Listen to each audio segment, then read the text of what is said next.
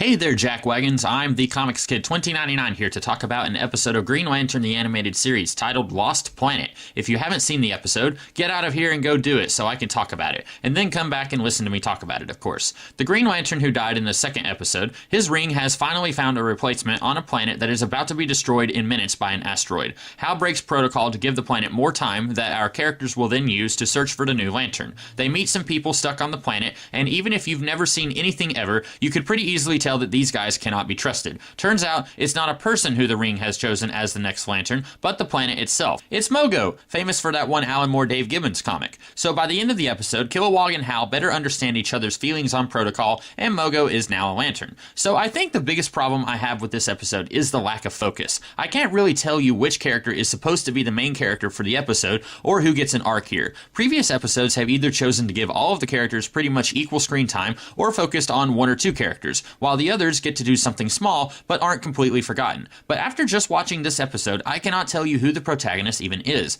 I appreciate that this episode is actually trying to put Hal front and center. So far, we've had episodes that focus on Razor and Kilowog, or just Razor, or like the previous episode, which was a mystery, and didn't so much focus on the characters, but the situation that they found themselves in. But I think this is the first time so far that the series has attempted to have Hal be the focus. Unfortunately, I don't think this arc is especially effective. We know that Hal is a cowboy who shoots at the hip, and Kilowog is a drill sergeant who is obviously going to have a problem with someone who doesn't like following rules. So in theory, having these two butt heads is a fantastic idea. It is incredibly weird that these two are friends, even though their friendship does work. So at the very least, we need an episode explaining that, but we don't get that. Based on the first 5 minutes of this episode, we're seemingly going to focus on Hal and Kilowog's different methods, and if you somehow missed the first 18 minutes of the episode and just caught the last few minutes, you might be tricked into thinking there was some great conflict that Hal and Kilowog ultimately resolved, and now they both respect each other's different methods a little bit more. When Hal is putting the ring in Mogo's hole, they both look at each other and do that manly silent nod thing.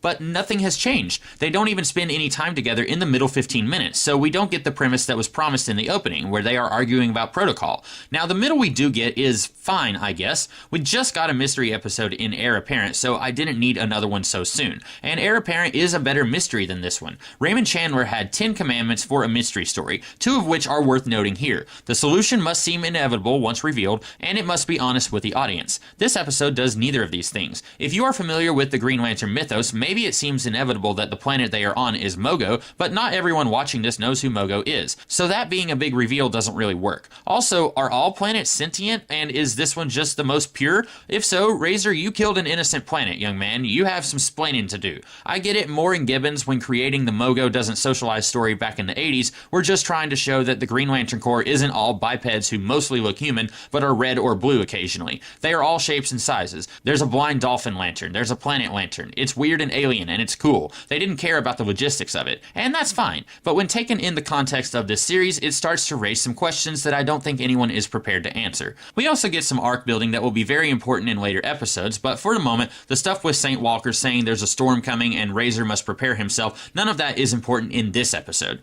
Aya doesn't get really anything to do other than be a damsel, which is a shame. Also, Clancy Brown voices one of the bad guys, which is great, because I love Clancy, but maybe not so great if he doesn't want to be typecast as a bad guy literally all of the time. But I'm okay with it if he is. Overall, maybe the weakest episode that we've had so far. Still not horrible. It had some really great moments, like Hal saying that he's always wanted to say "we come in peace," and Kilowog asking why, and later, Hal saying that he's losing his magic touch when the woman doesn't want to go with him on the search party. But sadly, great quotable lines don't make an episode good. But I'll be back next weekend to talk about another episode, so maybe it'll be better. Until next time, I'll see you guys during the week with other videos. Catch you later.